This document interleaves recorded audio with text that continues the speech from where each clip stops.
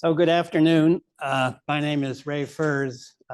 I work with the Conservation District, and I was formerly a partner in a solar installation company called Litchfield Hills Solar. I'm not supposed to plug them, but they're pretty good. This program is about solar energy for farms and agribusinesses. And how will it work for me, meaning you? And the answer to that question is basically, it will. The good news, or the bad news I'll start with, as energy keeps getting more and more expensive, and we've had some whopping increases lately, if you've looked at your January bill. The good news is that solar PV installation is getting less and less expensive. We're already past the point of what they call grid parity, where energy you get from solar is cheaper than what you can get from your utility. So the question is how to make the programs work for you so that you can install it cost effectively. You've seen some of these before, and everybody apologizes for the horrid world of acronyms that we have to deal with. Solar is actually pretty simple. The programs are not, unfortunately. There's six of them right there. And I'm going to talk about the first three. The first one briefly, number three a little bit, mostly about number two. Number two are the utility programs that are set up to compensate you for your solar production, your solar investment. You're going to have to bear with me because it's been 2 years, COVID delayed years, since we've done this program together. And in the interim, the Green Bank and the utilities and PURA have decided to just change the whole program. So all of my old slides I had to toss and start with some new ones. I'll get rid of the first one right off the bat. That's the federal tax credit. It's not a deduction, it's a credit. A dollar for dollar reduction from your income taxes for up to 30% of the money that you invest in solar. That's a big chunk of change. It's a lot. And it was supposed to gradually go away. It was supposed to go down to 26% last year, which it did, then down to 22%, 10%, and then disappear. However, because of the Inflation Reduction Act, it's back, and it's going to stay in place at 30% until the year 2032. So the first thing you want to do is, if you do your own taxes, figure it out, or if you have a tax professional, talk with them and make sure of how much of this that you can take advantage of. And it does roll over to successive years if you can't take it in year one. Next, energy cost savings. What they've done is toss the old programs and given us two ways to compensate you for a solar installation. The first one is a net metering program where excess production is credited to your next bill, not like in the past on a kilowatt per kilowatt basis, but on a monetary basis. And the second part is a buy all option where you install your solar, a meter goes on that, and all of it is sold to the utility. Over here, and where you need the electricity, you're buying from the utility as you did in the past. You might wonder about why they would have these two programs. They work differently for different kinds of situations, and we'll see about that. Built into this is compensation for RECs, which I'll also get to with a definition shortly. But before we really see how it's going to work on your bill and your situation, I just have to talk a little bit more about net metering and RECs. Net metering, I'm sure you're familiar with the definition at least.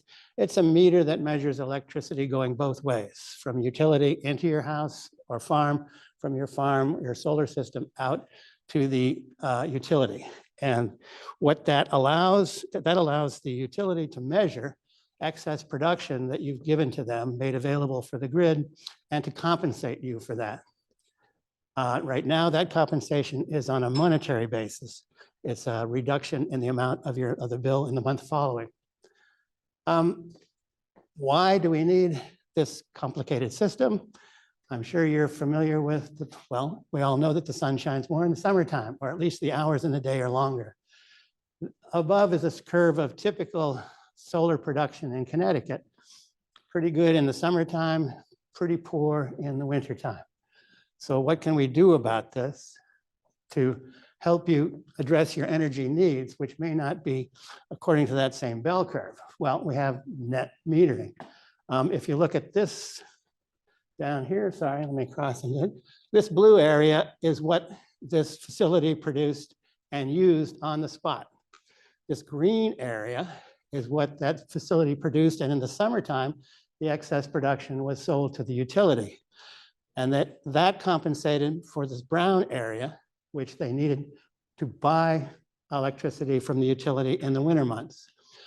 Over the year, this system sort of broke even, I guess you would call it. It produced as more, actually a little bit more than it needed on an annual basis. So net metering is essential in our climate zone, in our insulation zone, they call it. RECs, I know you've heard that bandied about a lot. It's a value that accrues to renewable energy due to its beneficial environmental qualities. It's totally aside from the value of the electricity itself. It has value, and the utility will pay you for your production of it. Why? Because in this state, we have a renewable portfolio standard, which means that the utilities are required to provide a certain amount or certain percentage of renewable energy, and that increases year after year. So they want to encourage you to produce renewable energy. You might have also heard of the term ZRECs, which just means zero emission renewable energy credit. And that's because solar, when it's produced, does not produce any emissions. Same can be said for hydro and, excuse me, wind power. Any questions about those two kind of basic concepts? So you have these two compensation methods. Which one is going to be best for you? They both have their pros and their cons. Net metering, I think, gives you the greatest control over how you use your electricity, the electricity that you're producing. You might want to change things like put in batteries, for example, or have an electric vehicle that you charge at off-peak times and then sell back to the utility during peak times.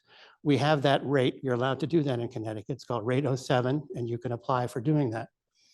The problem with net is if you consistently overproduce, say you had some big chillers that you were using and then you shut them down, or you stopped some sort of farm operation, or maybe you just became more energy efficient, or maybe you stopped farming.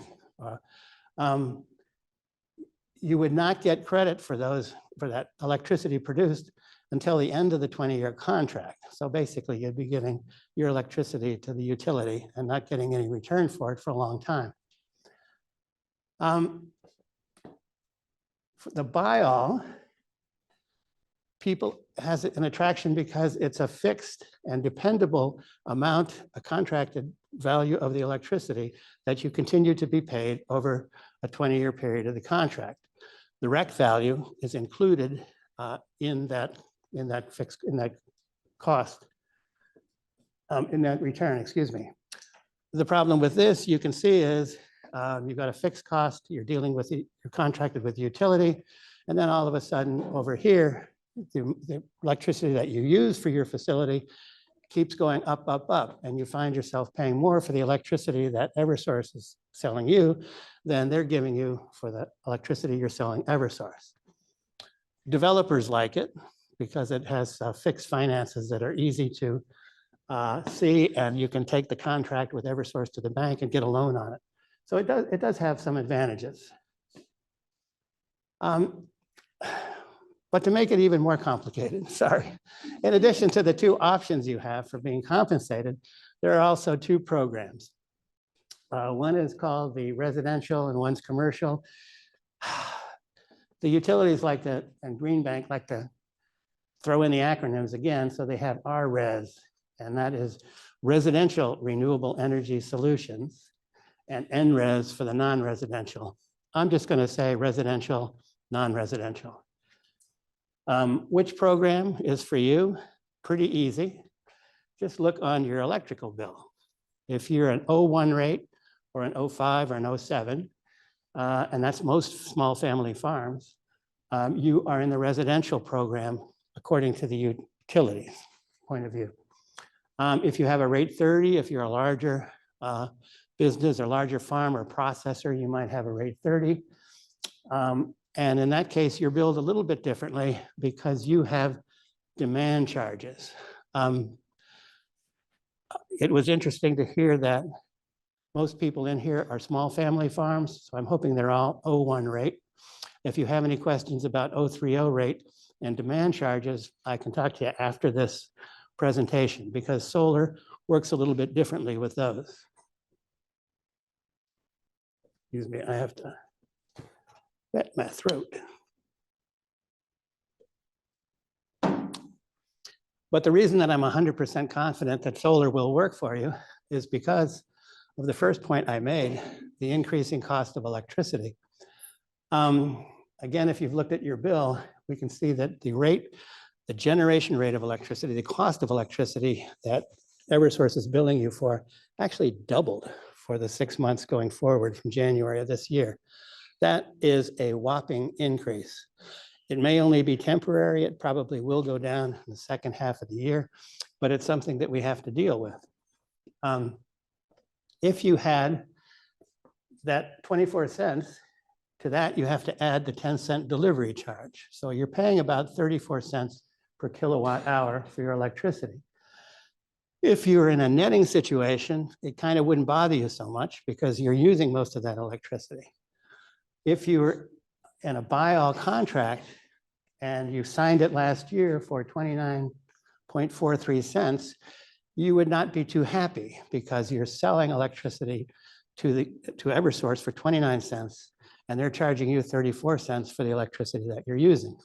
So what can I say? It's one of the things we have to look carefully at at contract time. And it's the same on the non-residential side. There's a huge increase at the top. Sorry, I should have a pointer. Maybe I do. From 12.2 cents to 23 cents for electricity. Meanwhile, the buy-all rate was 20 cents.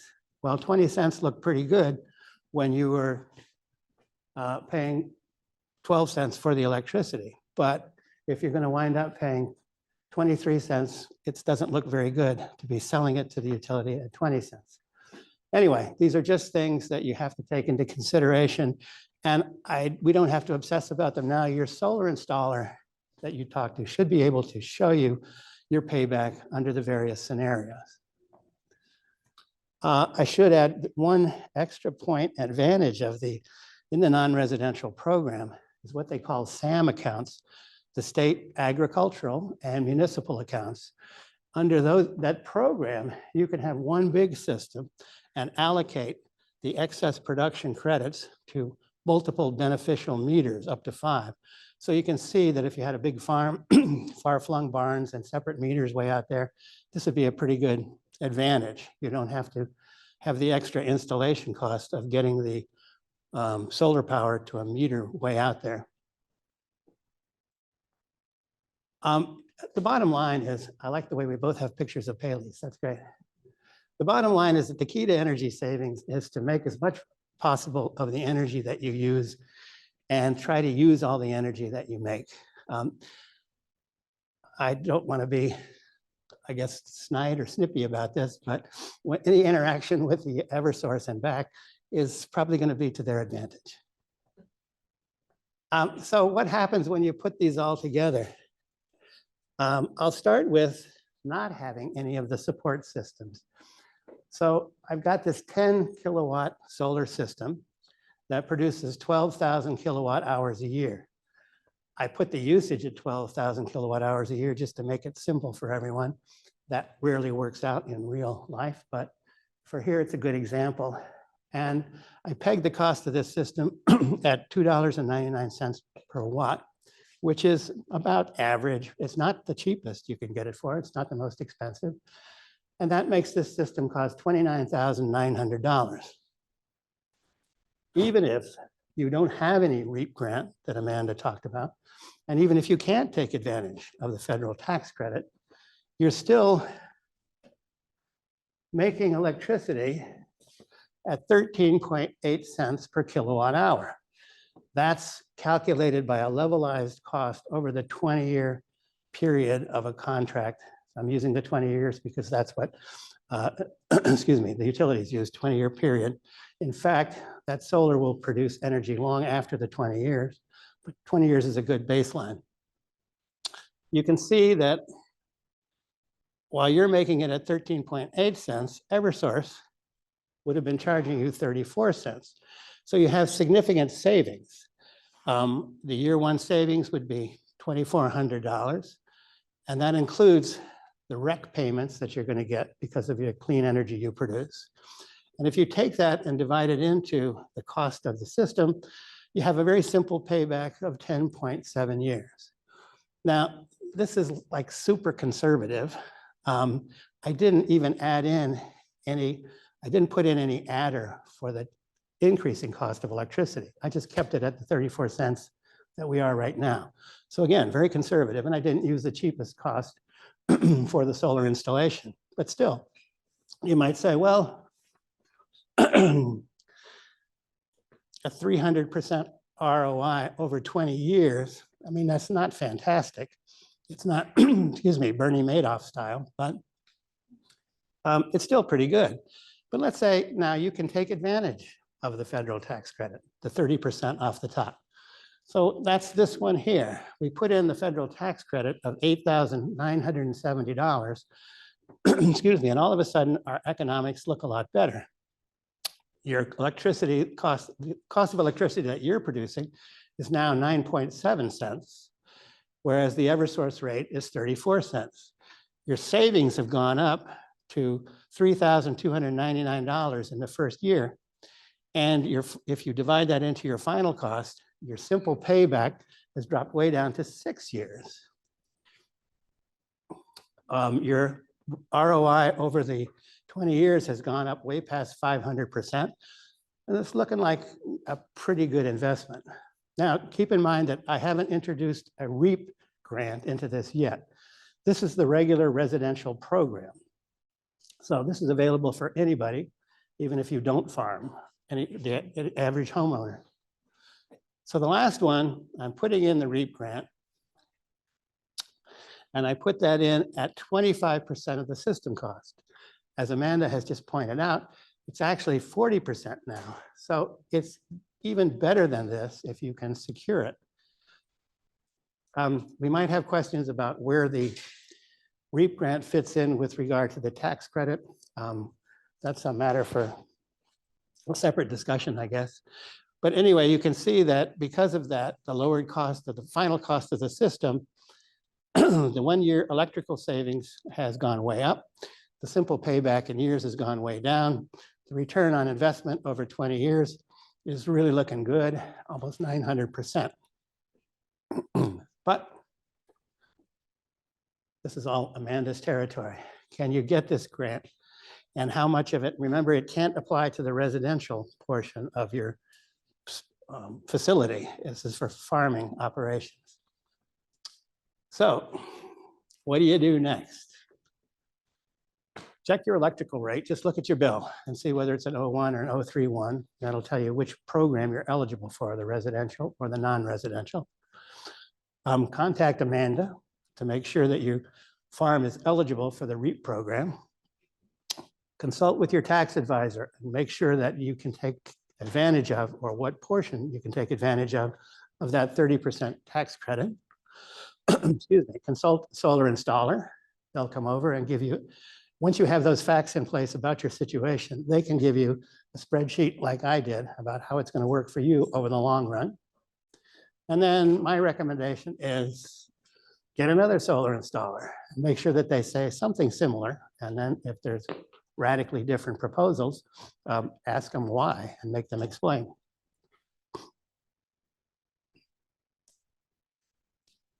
And that's it. Sorry, did I rush through that too quickly? Any questions about it? I can, yes. There's one in Europe that's one of the earliest ones that was installed. It's on its 48th year, still producing. What happens is there's a general degradation over time, and it's like a portion of a percentage per year. So 30 years, I would say is a good useful life. After 30 years, the typical guarantee is that the system will be producing 80% of what it produced on day one and year 25. So 20% degradation over 25 years, pretty good. That's an interesting question. We are way far behind Europe in terms of recycling solar because we're a little bit behind in producing solar. But about 99% of the components in solar or more are recyclable. And I imagine it's an incipient industry now because we're not into the 20 and 30-year period. But I imagine it will be a lucrative business in the future. I would probably want to invest in it because the additional 1% of that stuff sometimes is rare metals, rare earths, things that now we're scrambling all over the world mining and trying to find ways to get them back. So their value will go up. The rest of it's really just glass, silicon, and aluminum. So yes, if they're all farm operations, if they're all eligible SAM accounts. They're 0-1, they're the residential. Right, and they're on your farm, and they're, well, I'm not going to advise anyone. I don't want to send them in the wrong direction. Theoretically, if they're all eligible as SAM accounts, you can build that centralized ground mount, and you can you can build it large enough to account for the usage of all of the outlying buildings. You can get that much support from Eversource. You can build that system, and Eversource will take the excess production of that and offset those meters. And it's your choice, 10%, 20%, and that's the way they do it. So, yeah, up to 5. I'm sorry, there's a limit of 5. Thank you. They have them, yeah. They have the bifacial, they have the translucent for people who want to have some portion of it coming through for a greenhouse, stuff like that. Yeah, yeah. I think that they're just becoming very sophisticated with the technology, mostly because of office buildings and BIPV applications where they want to have some light come in at some time, so you can pretty much control it. Cost-wise, I'm not sure how that works out. Yes, you can go on the same site, the Energize Connecticut, energizect.org or energizect.com. I think they have both of them. And you can ask for a solar installation. You can do it by zip code. And they have a list of eligible installers. There's also another site I like called Energy Sage. It looks like one of those Angie's List kind of things, but it's very reliable, and it's a not-for-profit. It's just trying to support solar. And it'll give you a good rundown of, it'll do some estimates for you, and then also has a list of installers. That's energysage.com. Energy Sage, like energy, S-A-G-E on the end. Yeah, I would definitely check on the Energize CT list is the Green Bank's list of authorized installers, eligible installers. I would definitely go with someone there, not from out of state.